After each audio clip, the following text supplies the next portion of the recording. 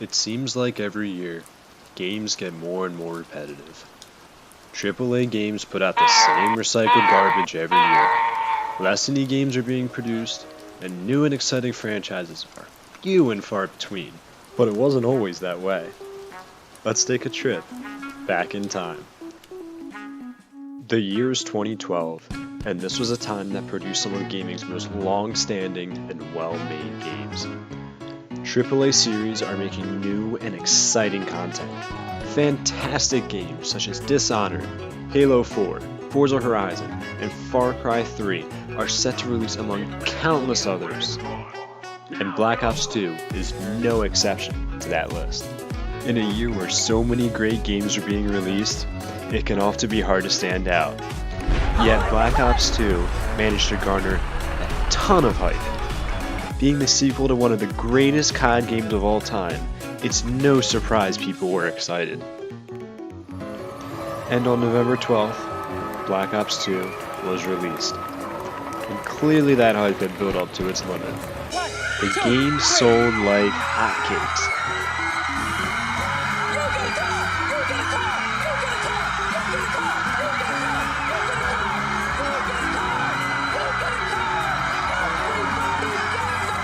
It had the most successful launch ever for a game, making $500 million in sales in the first 24 hours alone. In just 15 days, Black Ops 2 had sold over $1 billion worth of copies. According to Forbes magazine, they reached this number in 2 days fewer than Avatar, which at the time was the highest grossing film of all time. But what made the game so exciting? Let's jump right into it. What I think made this campaign stand out the most from its predecessors was the ability for the player to choose whether or not to kill someone in various scenarios. This gave the player a sense of consequence, and it put the life of others into their hands. Not to mention that there were multiple endings, and that provided more replayability. Now this wasn't done as good as other games such as Fallout, for example.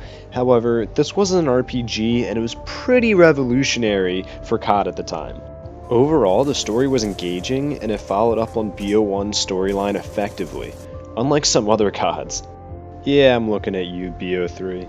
I could make an entire video about the campaign of this game alone, but I kinda want to move on to the real bread and butter of this game.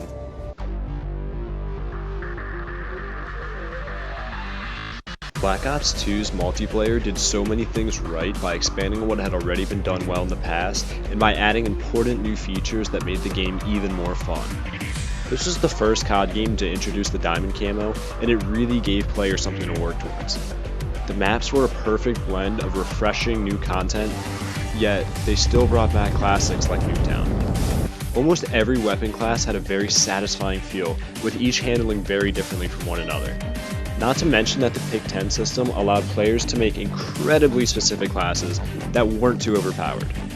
SMGs were fast and strong at close ranges, ARs were powerful but harder to control, and snipers were at the best point they had been in all of COD. To this day, Black Ops 2's sniping is unrivaled in COD games. There's a reason BO2 had such a strong trickshotting community for a very long time. It was fun and rewarding. Black Ops 2 multiplayer had a fun experience waiting for every type of COD player, even if this is your idea of fun.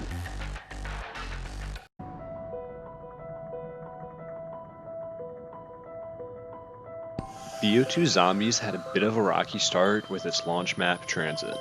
It was clear that the devs had huge dreams for this map, but the limitations of the consoles at the time was just too much. However, because the game is so nostalgic for so many people, Transit is now looked back upon as a pretty good map for many. Black Ops 2 Zombies as a whole was at the time the pinnacle of Call of Duty Zombies. Further in the game's lifecycle, it was clear that Jason Blundell and his team finally got their shit together and produced some truly revolutionary maps. They brought new Easter eggs and diverse atmospheres.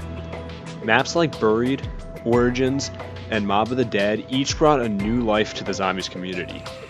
Each map brought something new to the series while still keeping that classic Zombies feel. After all Black Ops 2's DLC was released and COD Ghost was nearing its release, Black Ops 2 began to die down. At least it did until people realized how dog shit Ghost was. The same thing happened when Advanced Warfare came out, as players retreated back to quality boots on the ground schemes. Black Ops 2 was king until its successor Bo2 was released, and even then, it still had an appeal to the die-hard COD fans who didn't like advanced movement.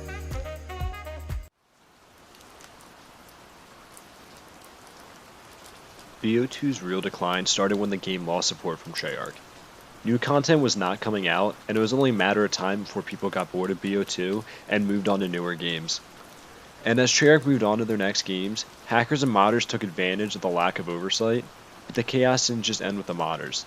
Someone uploaded a clip into the theater mode that allowed anyone to mod the game. No PC or computer knowledge was necessary.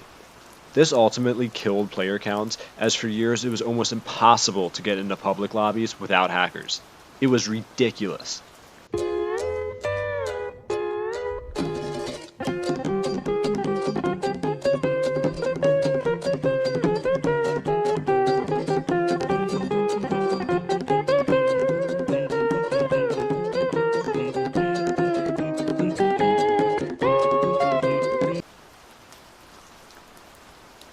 However, in 2020, Treyarch released one last patch which ultimately cracked down on these theater mode exploits. But at this point, it was too late. Player numbers were so low that even the most popular game modes during the most popular times, lobbies were scarce. And at this point, Black Ops 2 was officially a dead game. The death of Bo2 was a sad but inevitable one. I think the saddest thing about the death of Bo2 was that it was the death of an era. It was the death of old COD as it began to move towards more advanced movement, and it gained a more Battlefield-like feel in Modern Warfare 2019 and Black Ops Cold War. This was the last game in a long streak of exceptionally good games that provided pure enjoyment. Before Black Ops 2 came Modern Warfare 3, before that BO1, before that Modern Warfare 2, then World at War, and finally COD 4 Modern Warfare. Every single one of these games, including Black Ops 2, build upon one another and are all considered some of the best COD games of all time. There have been exceptional COD games since BO2. Black Ops 3, for example, is one of my favorite CODs of all time because of its incredible zombies gameplay.